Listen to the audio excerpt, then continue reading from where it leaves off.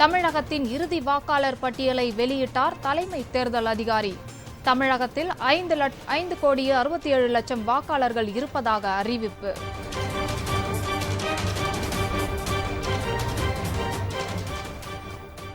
Copy paste அரசியல் என்பது காலம் காலமாக அதிமுகவின் வாடிக்கை. முதலமைச்சர் மு.க. ஸ்டாலின் விமர்சனம்.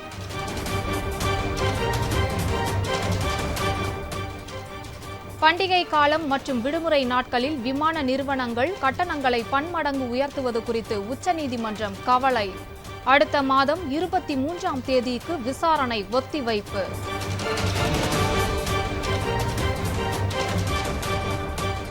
எந்த சட்டத்தின் அடிப்படையில் மீன்பிடி உரிமைகள் நிலைநிறுத்தப்படுகிறது? மத்திய மாநில அரசுகள் விளக்கம் அளிக்க உச்சநீதிமன்றம் உத்தரவு.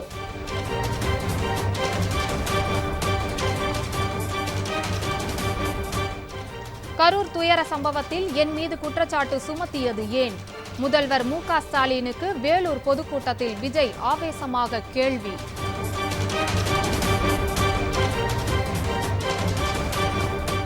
தமிழ்நாட்டில் அதிமுக ஆட்சி மலர சபதம் ஏற்போம். ஜெயலலிதாவின் பிறந்த நாளை முன்னிட்டு தொண்டர்களுக்கு எடப்பாடி பழனிசாமி அறைகூவல். இந்த முறை 5 தொகுதிகள் கேட்டிருக்கிறோம். திமுகவுடனான பேச்சுவார்த்தைக்கு பிறகு மனிதநேய மக்கள் கட்சி தலைவர் ஜவாஹிருல்லா தகவல். மதிமுகவுடனான முதல் கட்ட தொகுதி பங்கீடு பேச்சுவார்த்தை நிறைவு. தனி சின்னத்தில் போட்டியிட முடிவு செய்திருப்பதாக மதிமுக அறிவிப்பு.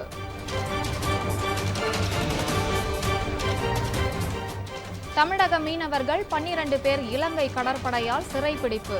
மீட்க நடவடிக்கை எடுக்குமாறு வெளியுறவு அமைச்சருக்கு ஸ்டாலின் கடிதம்.